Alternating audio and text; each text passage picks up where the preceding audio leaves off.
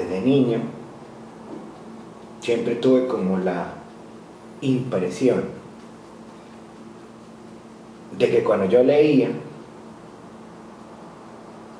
era que realmente yo estaba en mi mundo. Y de hecho hoy a los 32 años, que empecé que a los 7, 8 años la literatura, el primer libro fue El Padrino. Creo que todavía tengo la misma sensación. Para mí la vida cotidiana, pues, la rutina, el formalismo, la burocracia, etc. Pero cuando abro un libro, realmente entro en mi mundo. Entonces, si me pongo existencialista, pues diría que leo para existir. Sin embargo, vamos a ser románticos y vamos a decir que soy feliz cuando leo. Bueno, la mayor felicidad. De eso tengo dos anécdotas. La primera me pasó la primera vez que leí un libro de Juan José Millás que se llama Tonto, muerto, bastardo e invisible, porque había un personaje muy particular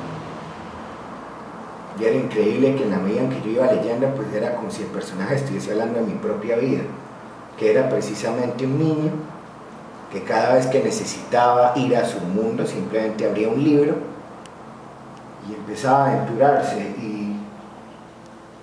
y en la forma en como ese niño contemplaba el mundo normal y cotidiano y cómo lograba esa abstracción de la literatura para poder vivir ese mundo cotidiano. Y para mí leer pues siempre ha sido una forma de vida, no un complemento, ni un escape tampoco de la realidad, sino simplemente cuando quiero ir a mi mundo abro un libro y leo. Y la segunda anécdota sobre la felicidad fue cuando por primera vez en mi vida tuve como esa capacidad de reconocer lo extraordinario, sí, ese es el término, extraordinario, de que un escritor sea capaz de llegar a ese punto de escribir una novela y que la gente cuando lo lea lo haga parte de su vida y experimente y sufra, aplique catarsis con los personajes y que muchas veces encuentre las soluciones que no ve normalmente, o algunas veces ría como nunca ríe normalmente, o hasta llore cuando nunca llora. Estaba leyendo un libro de Hermann Hesse que se llama Mi Pequeño Mundo, un cuento que se llama Walter Croft. Como a la 1:30 de la mañana, y la historia era tan arrecha y tan patética que el carajo me hizo llorar. O sea, yo sentía la minusvalía y lo patético que era el personaje, que me puse a llorar y empecé a gritar que por favor lo mataran. Y lo más arrecho de todo es que el coño de madre no lo mata. Nunca en mi vida me había sentido tan identificado con un personaje, en el sentido de catarsis, de que Dios mío, por favor, hágalo morir para que se libere de sus penas.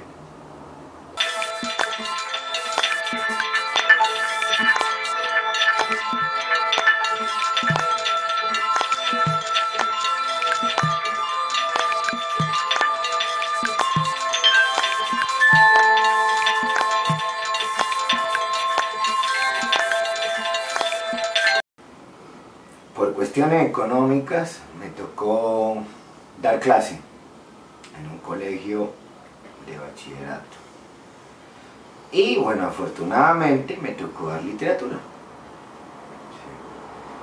Los pelados estaban leyendo para esa época Cien años de soledad de García Márquez. Bueno, yo entré al salón, etcétera. No, profesor, que bueno, le digo, bueno, yo soy su profesor de literatura, etcétera. Va a estar con usted durante este mes, que financia el tercer lapso, tal. Coño, profesor, pero ese García Márquez, una ladilla, tal.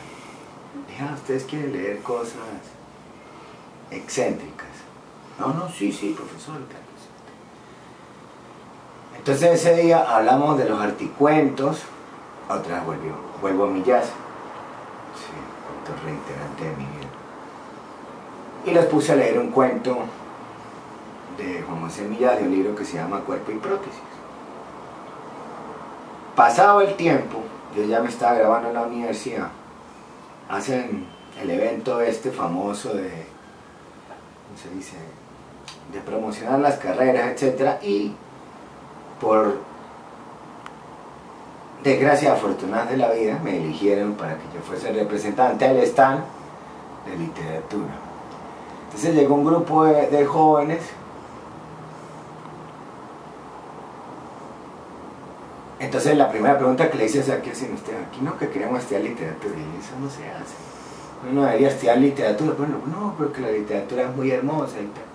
Y no, sí, eso no hay duda, la literatura es muy hermosa, pero de eso no se vive. Si usted lo que quiere es dinero, equivocaron de carrera. Pero en eso, que los pelados dan la vuelta y siguen viendo las demás carreras de la facultad, se me acerca un pelado. Me dice: ¿usted se acuerda de mí, profesor? Yo: no. Mire, usted fue a mi colegio una vez, y entonces nosotros estábamos leyendo García Márquez, y 100 años de soledad, entonces nosotros dijimos que era una ladilla. Y usted ese día dio una clase muy hermosa sobre los articuentos y la literatura. Y profesor, bueno, yo en ese momento, cuando lo escuché usted hablar sobre la literatura, me gustó tanto que yo decidí estudiar literatura. Dice: bueno, me sorprendí, yo, bueno, me alegra mucho ser una buena o mala influencia para usted. Después, con el tiempo, bueno, le di clase de latín 1, le di clase de literatura grecolatina y nos volvimos muy amigos. Pero esa es una anécdota muy linda de la literatura. Bueno, la frase que marcó mi vida. Hay una frase familiar de carácter generacional que mi hijo recibirá en su momento, que es de un libro de Giovanni Papini que se llama Palabras y Sangre. La frase dice lo siguiente: amo todo lo escrito por el hombre, pero amo sobre todo lo que escribe con su propia sangre. Escribe con sangre y sabrás que la sangre es espíritu. Otro libro que me gustó muchísimo cuando leí en su momento fue El Principito de Exupéry.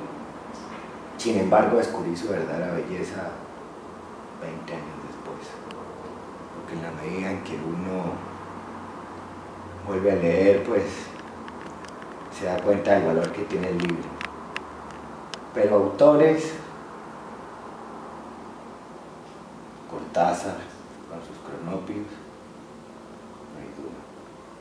La primera vez que leí la entrevista a fondo con Javier del Soler, ese carajo con un cigarrillo en la mano llega y dice: no, es que yo estaba en un teatro de París,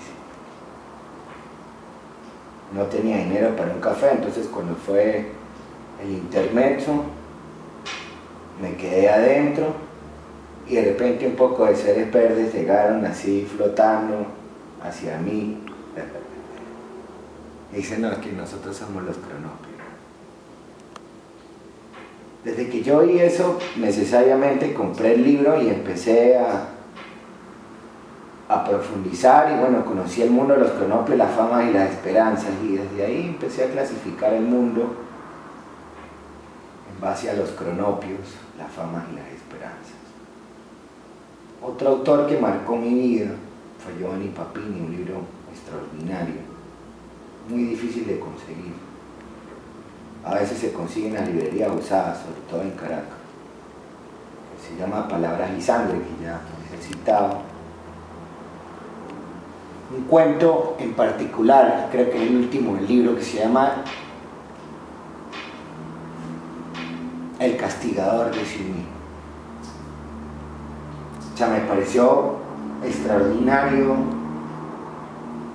en el sentido de que un hombre comete asesinatos perfectos y en algún momento dado, al pasar el tiempo, su conciencia misma, para ser redundantes,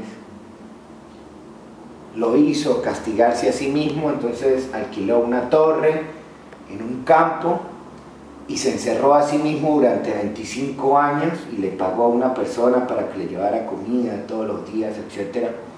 Se llevó 3 libros, los cuales se aprendió de memoria.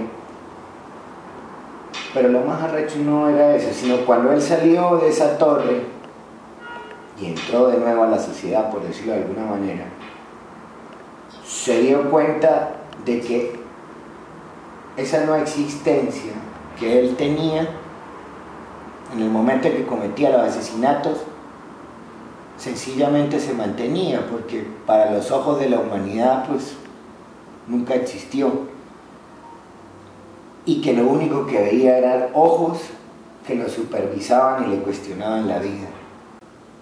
Bueno, y otra de las frases que marcaron mi vida fue, y que de hecho me parece una de las frases más hermosas que se ha escrito en la literatura, es la de el libro de Moby Dick de Herman Melville, cuando el capitán Ahab finalmente ve a Moby Dick y dice lo siguiente: y acumulando todo el odio de Adán hasta Eva, si su pecho hubiese sido un cañón, hubiese disparado el corazón para matar a aquel monstruoso ser, o aquel maldito ser, no me acuerdo literalmente, pero más o menos.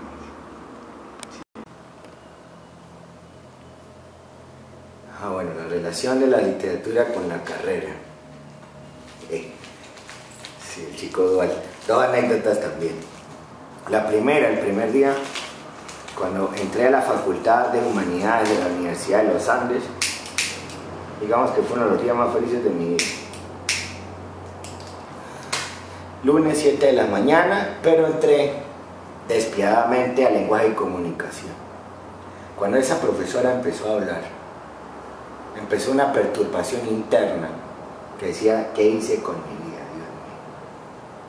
Bueno, sobrellevaba las 2 horas de lenguaje y comunicación, pasó el día, etc. Y como a las 5 de la tarde tuve mi gran experiencia con la carrera. Era profesor de introducción a la filosofía, profesor Carlos Lantieri. Después se volvió muy amigo.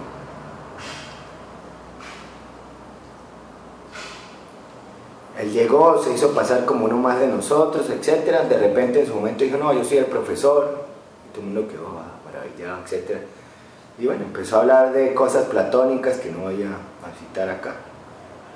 Y en ese momento pues supe que yo estaba en el sitio correcto.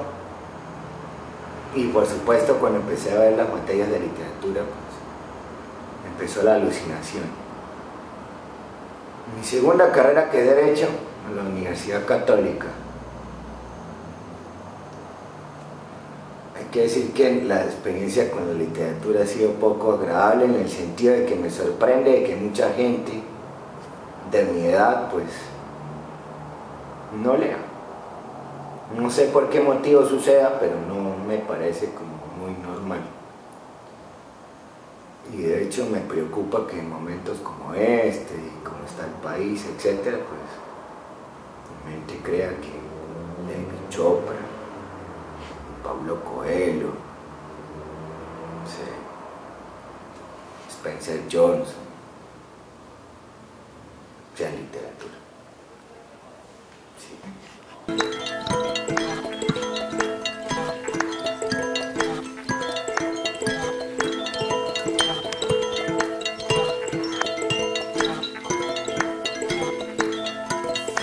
Otro autor maravilloso que yo recomiendo es Hermann Hesse, tal vez cliché, El lobo estepario. Es un libro que para toda aquella persona que considere la locura como una forma de vida debería leerlo. Otro libro de Hermann Hesse que yo recomiendo también mucho es Obstinación. Es como una especie de autobiografía donde el individuo dice que su fuente para escribir literatura es la obstinación, y que la única forma de rebeldía que tiene un hombre para poder combatir contra todas las porquerías del mundo presente es la obstinación. otro carajo que marcó mi vida fue Juan José Millás, de eso no hay duda. De hecho, antes de leer Juan José Millás yo tenía como una especie de concepción literaria, o qué era lo que yo debía escribir, o cómo me gustaría a mí escribir, pero por cobardía no lo hice. Y como 3 o 4 años después, en una feria de libro en Mérida, un amigo, Peluso, me recomendó a Juan José Millás un libro extraordinario de articuento que se llama Cuerpo y Prótesis. Y bueno, cuando yo leí ese libro, bueno, o sea, sí se podía escribir así. Lástima que ya me lo quitaron, la manera de escribir. En poesía hay varios poetas, la mayoría venezolanos: Juan Sánchez Peláez, José Antonio Ramos Sucre, Rafael Cadenas,